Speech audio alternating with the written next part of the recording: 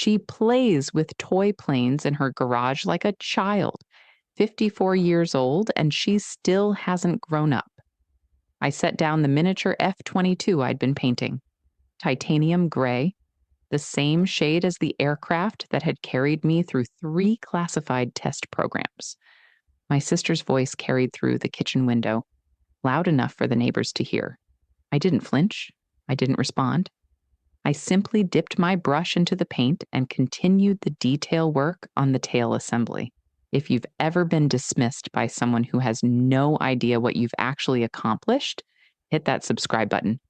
My name is Samantha Reed. I'm 54 years old. And according to my family, I'm a disappointment who never quite figured out how to be successful. They're half right. I never figured out how to be successful in ways they could understand. Growing up in the Reed household meant competing for oxygen. Vicky was 3 years older and consumed all of it. Homecoming queen, sorority president, real estate license by 23. She understood visibility. She understood performance. She understood that success meant nothing unless everyone in the room could see it. I was the quiet one, the strange girl who spent hours in the backyard with her head tilted toward the sky, tracking contrails until they dissolved into nothing.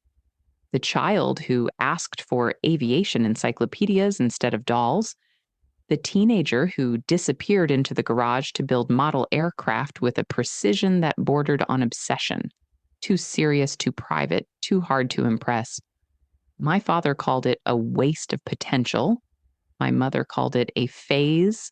Vicky called it weird. I called it preparation. When I enlisted in the Air Force at 18, my family treated it like a funeral, not because they feared for my safety, because they feared for their narrative. Their youngest daughter wasn't pursuing law or medicine or business. She was running away to play soldier. That was the word Vicky used, playing. What they didn't know then, what I never explained, was that I wasn't playing anything. Basic training led to officer candidate school. OCS led to pilot training. Pilot training led to an assignment I couldn't discuss and a clearance level that didn't officially exist. I became a test pilot, not the kind that makes headlines, the kind that makes headlines possible. For 31 years, I flew aircraft that hadn't been named yet, pushed airframes past tolerances that engineers swore were impossible, documented handling characteristics at speeds that turned my vision gray and my bones to water. Every flight was a calculated risk. Every landing was a small victory against physics itself. I ejected twice, crashed once, walked away from wreckage that should have been my coffin, but none of that fit into a Christmas card. None of it could be displayed on a mantle or mentioned at dinner parties. So when my family asked what I did, I gave them the only answer I could. Analysis, consulting, government work. Vicky translated this into failure, a sister who couldn't hack it in the real world, hiding behind vague job descriptions and mysterious travel. A woman approaching retirement with nothing to show for it but a small house in Nevada and a garage full of model planes. The truth sat in a classified file somewhere in the Pentagon. 31 years of service, 2 distinguished flying crosses, a Bronze Star, and a code name that only 14 people in the world were cleared to know. They didn't need to know. That was the point. I retired quietly. No ceremony, no fanfare, just a handshake from a 4-star general and a reminder that some of what I'd done would remain classified until long after I was dead. I moved back to Arizona, bought a house 12 miles from where I grew up, started building model planes in my garage because the precision calmed something in me that 31 years of controlled violence had wound too tight, and I waited. And I didn't know what I was waiting for. Not exactly, just that the waiting felt necessary. My parents passed within 2 years of each other, dad first, then mom. I attended both funerals in civilian clothes. No medals, no uniform. Vicky delivered the eulogies. Both times, she mentioned her career achievements, her children, her husband's dental practice, her new listing in Scottsdale that had just closed for $2.3 million. She didn't mention me at all, not even once. I sat in the back row and folded my hands in my lap. The same hands that had gripped the stick of aircraft worth more than that Scottsdale listing. The same hands that had pulled a fellow pilot from burning wreckage while jet fuel pooled around my boots. She didn't mention me, and I didn't correct her. Some battles aren't worth fighting. Some silences are more powerful than speeches. But last month, Vicky decided to throw herself a party. Her agency had named her Realtor of the Year, $23 million in sales, a plaque, a magazine feature, the kind of visible, quantifiable success that our family had always worshipped. She rented out the back room of a country club, invited 40 guests, hired a caterer, and at the last minute, almost as an afterthought, she texted me the details. You should come. Casual dress. Don't bring one of your little planes as a gift. LOL. I stared at that text for a long time. Then I replied with a single word, okay. The country club sat on the edge of town where the golf courses started swallowing the desert. I pulled into the parking lot at 6:15, 15 minutes after the start time. My truck looked out of place among the BMWs and Lexuses. I hadn't washed it in 3 weeks. Inside, the back room glittered with string lights and professional flower arrangements. A banner hung across the far wall. Congratulations. Vicky, Realtor of the Year. 40 people in cocktail attire, champagne glasses catching the light, laughter that sounded expensive. And Vicky, standing at the center of it all, in a red dress that probably cost more than my monthly mortgage payment, holding court, accepting compliments, radiating the particular glow of someone who had finally received the recognition she'd always believed she deserved. She spotted me near the door, and her smile tightened. Just slightly, just enough for me to notice. She excused herself and walked over. The hug she gave me was brief and performative. Sam, you made it. She looked at my outfit. Jeans, a clean button-down, boots that had seen better decades. I said casual, not whatever this is. You said casual. Right. She forced a laugh. Well, there's a bar. Food's by the window. Try not to talk about your planes, okay? These are professional people. She walked away before I could respond. Not that I would have. I found a corner near the bar and ordered a club soda, watched the room, listened to the conversations flow around me like water around a stone. Vicky's husband mentioned their upcoming trip to Cabo. A colleague praised Vicky's negotiation skills. Someone asked about her children, both in graduate school, both thriving, both mentioned in detail. No one asked about me. No one even looked in my direction. The photo wall behind the buffet table told the same story. Vicky with clients, Vicky with awards, Vicky with her husband at various tropical locations, Vicky with our parents at her wedding. Not a single photograph included me. I wasn't surprised, disappointed maybe, but not surprised. The first hour passed, then the second. Vicky gave a speech thanking everyone for coming. She thanked her husband, her children, her colleagues, her mentor from her first year in real estate. She didn't mention me. I was standing 15 feet away, and she didn't mention me. When the speech ended, a small group gathered around her. More congratulations, more champagne, and then someone asked the question, Vicky, I don't think I've ever met your sister. What does she do? The room didn't go quiet. Not entirely, but enough people heard the question that a small pocket of silence formed. Enough people turned to look. Vicky laughed. The sound was sharp, dismissive. Oh, Sam? She gestured vaguely in my direction without looking. She never really found her path, Did some government work, I think, filing, data entry, something like that. She's retired now. Another laugh. Spends her time building little toy planes in her garage, model kits like a child. The group chuckled politely. Someone said something about hobbies being important. Someone else changed the subject, but the damage was done. I could feel the recategorization happening in real time. 40 people filing me away under failure, under irrelevance, under pity. I set down my club soda, folded my napkin, placed it on the bar, and that's when the doors opened. 3 people, 2 men in suits that screamed federal contractor, and a woman I recognized immediately.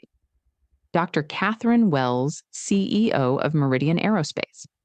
I'd seen her face on the cover of Aviation Week 6 months ago. Her company held 17 classified contracts with the Department of Defense. She was also one of the 14 people cleared to know my code name. The room shifted. Heads turned, conversations paused. Even Vicky stopped mid-sentence, her champagne glass frozen halfway to her lips. Dr. Wells scanned the room. Her eyes passed over the banner, the flowers, the confused guests. Then they found me. She walked directly toward my corner. Her heels clicked against the hardwood with the cadence of someone who didn't waste time. The 2 men followed 3 steps behind. Vicky intercepted her. Of course she did. Hi, welcome. I'm Victoria Chen. This is my celebration. Can I help you find someone? Dr. Wells barely glanced at her. I'm not here for you. She stepped around my sister like she was furniture, stopped in front of me, extended her hand. Colonel Reed, we need you. The room didn't go silent. It went dead. The kind of dead where even the ice stopped shifting in the glasses. Vicky's champagne flute tilted. A small splash of golden liquid hit her red dress. She didn't notice. Colonel? Someone behind me repeated the word like it was foreign, like it belonged to a different language entirely. Dr. Wells kept her hand extended. Her eyes never left mine. I could see the calculation behind them, the understanding that this moment was about to become complicated in ways that had nothing to do with aerospace. I took her hand, firm grip, brief contact, professional. Dr. Wells, we don't have much time. She glanced at her watch. The X-99 reaches the test window in 4 hours. Weather's holding, but not for long. Edwards needs you in the cockpit by 2300. Vicky stepped forward. Her voice had climbed half an octave. I'm sorry. What is happening right now? Sam, do you know these people? I didn't answer her. I was watching Dr. Wells, reading the tension in her shoulders. Something had gone wrong. Something significant. What happened to Morrison? I asked. Cardiac event during centrifuge prep. He's stable, but he's out. You're the only other pilot certified for the G envelope. The sustained 11G threshold. 14 seconds at Mach 5.2. The airframe can handle it. The pilot pool can't. Her jaw tightened. Except you. Your tolerance data from the X-47 program is still the benchmark. No one else comes close. If you've ever been underestimated by people who don't know the real story, hit that like button and subscribe. Vicky pushed between us.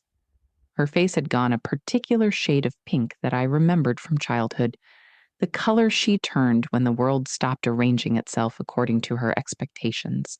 Okay, stop. She held up both hands. This is insane. Sam doesn't fly planes. Sam builds little models in her garage. She's never even... She laughed, but the sound cracked at the edges. She barely passed her driver's test. Tell them, Sam, tell them there's been some kind of mistake. Dr. Wells looked at Vicky for the first time, really looked at her, the way a surgeon looks at an X-ray clinically without emotion, cataloging damage. There's no mistake. But she works in data entry, filing. She told you what she was permitted to tell you. Dr. Wells reached into her jacket and produced a slim leather case. She opened it. Inside, mounted on black velvet, was a pin I hadn't seen in 3 years. Titanium gray. no larger than a dime, an abstract wing design that meant nothing to anyone without the proper clearance. She held it out to me. You left this in your locker at Groom Lake. General Patterson asked me to return it. He said you'd understand. I took the pin. The metal was cool against my palm, familiar. The weight of 31 years compressed into something that could disappear in a closed fist. Vicky stared at it. What is that? Some kind of, a membership badge? A club pin? One of the men in suits, younger with the kind of haircut that screamed recent military, stepped forward. Ma'am, that pin represents the highest level of flight test clearance in the United States Air Force. There are 11 of them in existence.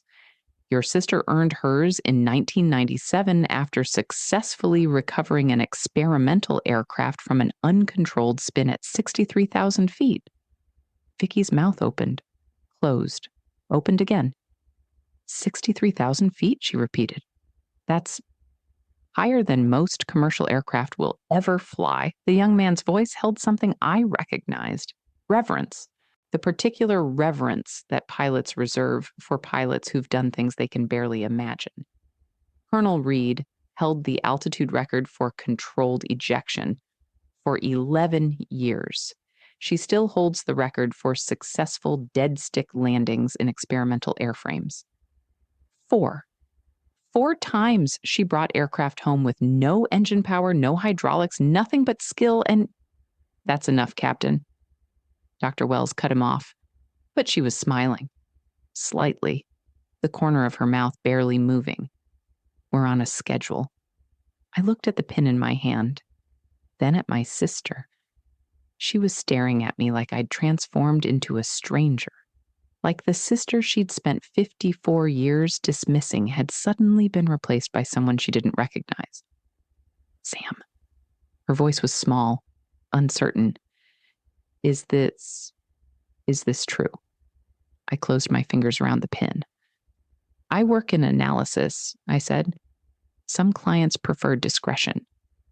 The words hung in the air, the same words I'd been saying for 31 years. But this time, their meaning had shifted. This time, the lie revealed itself as something else entirely. Colonel, Dr. Wells checked her watch again. The transport's waiting. I nodded, turned toward the door, took 2 steps. Wait. Vicky's voice cracked. Wait, you can't just... Sam, please. I didn't know. How was I supposed to know? I stopped, didn't turn around. You weren't supposed to know. That was the point. But I said, all those things I said, I called you a child. I turned just enough to see her face, the mascara beginning to track, the perfect composure crumbling. You called me a child who plays with toy planes. I didn't mean... Yes, you did. My voice didn't rise, didn't waver. You meant every word. Because in your world, success is only real if everyone can see it, if you can hang it on a wall, put it in a magazine, announce it at parties. I paused. Some of us operate in a different world, Vicky. A world where the work matters more than the recognition, where silence isn't weakness, it's the job. Dr. Wells stepped beside me. Her voice was quiet, but it carried. Ma'am. She wasn't talking to Vicky. She was talking to me. For what it's worth, the X-99 is the most advanced aircraft ever built. It will redefine air superiority for the next 50 years. And when we were selecting pilots for this program, your name came up first, not second, not as a backup. She paused. First. Because when it comes to pushing the boundaries of what's possible in the sky, there is no one else. There hasn't been for decades. Vicky made a sound. Something between a gasp and a sob. The young captain stepped forward. Crisp, formal. He snapped to attention and saluted. Colonel Reed, it's an honor, ma'am. The second man, older, silver at his temples, did the same. 2 salutes, in the middle of a country club, in front of 40 people who had spent the evening thinking I was nobody. I returned the salute. Muscle memory. 31 years of training that never quite fades. At ease. They relaxed, but Vicky didn't. Vicky stood frozen, her champagne staining the front of her dress, her carefully constructed narrative collapsing around her like a building with its foundations removed. Dr. Wells extended her hand toward the door. "Colonel, this guy's waiting." I walked toward the exit, didn't look back. My boots echoed against the hardwood, the same boots Vicky had mocked when I arrived. Behind me, I heard someone whisper, then someone else. The ripples spreading through the room like a shock wave. At the door, I paused. One of the guests, a man in an expensive suit who'd been laughing at Vicky's joke about my toy planes, stepped directly into my path. His face had gone pale. "Colonel Reed." He swallowed. "I flew F-16S Desert Storm. I just wanted to say, I had no idea. The things they're saying, the X-47, the altitude records." He stopped, collected himself. "I'm sorry for what it's worth." I looked at him, nodded once. "It's worth something." Then I stepped past him and walked into the night. The transport was waiting, black SUV, government plates, engine already running. The captain held the door for me. As I climbed in, I heard Vicky's voice behind me, distant, breaking. Sam, please." I didn't turn around. The door closed. The SUV pulled away. Dr. Wells sat across from me, tablet already in hand, pulling up flight parameters. "We'll have you briefed by the time we hit Edwards. The G-suit's been modified to your specifications. Same configuration as the X-47 program." I nodded, already shifting, already becoming the pilot again instead of the sister. But part of me, a small, quiet part, was still standing in that country club, still watching my sister's face as everything she thought she knew about me came apart at the seams. She'd spent 54 years believing I was less than her, less successful, less important, less real, and in the space of 5 minutes, that belief had shattered completely. I didn't feel triumph. I didn't feel satisfaction. I felt something simpler, something quieter, relief. The truth was out. Not all of it, not the classified parts, not the missions that would stay buried until long after I was gone, but enough. Enough for Vicky to understand that silence wasn't the same as emptiness, that invisibility wasn't the same as irrelevance, that some planes don't need to be seen to change the world. Dr. Wells looked up from her tablet. "Colonel, you good?" I fastened my seatbelt, checked the pin in my pocket, felt the familiar weight of it against my palm. "Better than good," I said. "I'm ready to fly." The X-99 broke Mach 5.2 at 67,000 feet over the Mojave Desert at 0347 hours. 14 seconds of sustained 11G force. My vision narrowed to a gray tunnel. My chest compressed like someone had parked a truck on it. Every capillary in my body screamed for relief. And then it was over. The aircraft leveled. The pressure eased. The horizon stretched out beneath me like a ribbon of darkness punctuated by distant city lights. Whiskey 7, Edwards Control. Confirmed telemetry capture. All parameters nominal. You just made history, Colonel. I exhaled, slow, controlled, the way I'd learned to exhale after 31 years of pushing aircraft past the edge of what should be possible. Copy Edwards, Whiskey 7 beginning descent profile. The landing was textbook, smooth touchdown, perfect rollout, the kind of landing you dream about when you're a young pilot still learning that the sky doesn't forgive mistakes. When I climbed out of the cockpit, Dr. Wells was waiting on the tarmac. Behind her stood a cluster of engineers, technicians, and brass. More stars on those shoulders than I'd seen in one place since my retirement ceremony. General Patterson stepped forward first. 4 stars. The man who'd handed me that pin in 1997 after I'd brought a dying aircraft home from the edge of space. He didn't speak. He saluted. Behind him, everyone else followed. 23 salutes under the floodlights of Edwards Air Force Base. 23 people who understood what had just happened, what I'd just proven was possible. I returned the salute, held it for a 3 count, then dropped my hand. General. Colonel Reed. His voice was rough, thick with something he was too old and too stubborn to call emotion. Welcome back. The debrief lasted 4 hours. Flight data analysis, medical evaluation, endless questions about handling characteristics and controlled responses that I answered with the precision of someone who'd been doing this longer than most of the engineers had been alive. When it was finally over, Dr. Wells found me in the hangar, staring up at the X-99's angular silhouette. Your sister's been calling, she said. My assistant fielded 6 calls in the last 3 hours. Apparently, she got the Meridian main line from Google. I didn't respond. She's claiming there's been a misunderstanding, that she wants to apologize, that she didn't know. Dr. Wells paused. Do you want me to have her number blocked? I considered it the easy option, the clean break. No, I said finally. But I'm not ready to talk to her either. Fair enough. Doctor. Wells stood beside me, both of us looking up at the aircraft that had just rewritten the rules of air superiority. For what it's worth, Colonel, I've seen a lot of pilots, a lot of egos, a lot of people who need everyone to know how good they are. She glanced at me. You're not like them. You never were. That's why you're the best. I'm not the best, I said.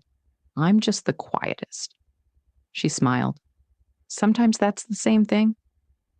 3 weeks later, the news broke. Not my name. That stayed classified, buried under layers of security protocol that would keep it hidden for another 30 years. But the X-99 program went public. Controlled leak, strategic announcement, the kind of carefully orchestrated revelation that lets the world know America still owns the sky without telling them exactly how. The coverage was everywhere. Aviation Week, CNN. The New York Times ran a front-page story about the anonymous test pilot who had pushed human endurance past what scientists thought possible. Anonymous. That was the word they used. I watched the coverage from my garage, a half-finished model of the SR-71 sitting on my workbench, the same workbench where I'd been standing when Vicky called me a child through the kitchen window. My phone buzzed. Text from Vicky. The 14th in 3 weeks. Sam, please, I need to talk to you. I need to understand. I stared at the screen for a long time, then I typed a response. You never wanted to understand, Vicky. You wanted to categorize. There's a difference. 3 dots appeared, disappeared, appeared again. I know I was wrong. I spent my whole life thinking you were lost and I was found. But I had it backwards, didn't I? I was the one who was lost in my own noise. I set down the phone, picked up my brush, dipped it in titanium gray. Her next message came an hour later. I sold the Scottsdale listing, $2.4 million, biggest commission of my career. And you know what? It doesn't feel like anything. It feels empty because now I know what real accomplishment looks like. And it looks like my little sister strapping into a cockpit at 67,000 feet while I was arguing about granite countertops. I didn't respond to that one either. The truth was, I didn't know what to say. Vicky and I had spent 54 years speaking different languages. She spoke in visibility. I spoke in silence. The gap between us wasn't something a few text messages could bridge. Maybe it wasn't something that could be bridged at all. But that night, for the first time since our parents' funerals, I felt something other than disappointment when I thought about my sister. I felt possibility, not forgiveness, not reconciliation, just the faint, distant possibility that someday we might find a common language. A month later, General Patterson called. General Reed, we need you back. I looked at the model plane on my workbench. The SR-71 was almost finished, every detail precise, every angle perfect. I'm retired, General. You keep saying that, and yet here we are. I could hear the smile in his voice. There's a new program, Something that makes the X-99 look like a paper airplane. We need someone to write the flight manual, someone who understands what it means to push past the edge. I'm 54 years old, and you're still the only pilot who's ever walked away from a 63,000-foot ejection. Age is just a number, Colonel. Skill is forever. I set down my brush, looked out the garage window at the Arizona sky. Clear blue, endless. The same sky I'd been chasing since I was a girl with my head tilted back, watching contrails dissolve into nothing. What's the code name? Whiskey 9. I smiled. When do I start? I work at a classified facility now. No address, no public record. Just a hangar in the desert and an aircraft that doesn't officially exist. No one at the local grocery store knows what I do. No one at the gas station where I fill up my truck. No one in the neighborhood where I still live, still build model planes in my garage, still keep my head tilted toward the sky. They call me Sam, the quiet woman with the workshop and the old boots and the faraway look in her eyes. They don't know about the distinguished flying crosses, the Bronze Star, the pin that only 14 people in the world are cleared to recognize. They don't need to know, because some planes don't need to be seen to change the world. And some pilots don't need applause to know they've done something worth doing. Vicky sent me a gift last week, a model kit, the X-99, commercial version, the one they released after the public announcement. She included a note. I found this and thought of you, not because you play with toy planes, because you flew the real thing. I'm still learning how to be proud of you the right way, but I'm trying. I haven't built it yet, but I will. Some silences are worth breaking, some aren't. The sky doesn't care which kind you choose. It just waits, patient, endless, ready for the next person brave enough to push past the edge of what's possible. I've spent my whole life answering that call, quietly, without fanfare, without recognition. And I wouldn't have it any other way, because silence isn't the absence of noise. It's the weight of everything you've accomplished, pressed down so tight it doesn't need words anymore. It just needs wings. If you enjoyed this story about quiet competence winning over loud arrogance, hit that like button and let me know what you think in the comments. And if you haven't subscribed yet, make sure to subscribe and ring that notification bell for more stories just like this one. Thanks for watching.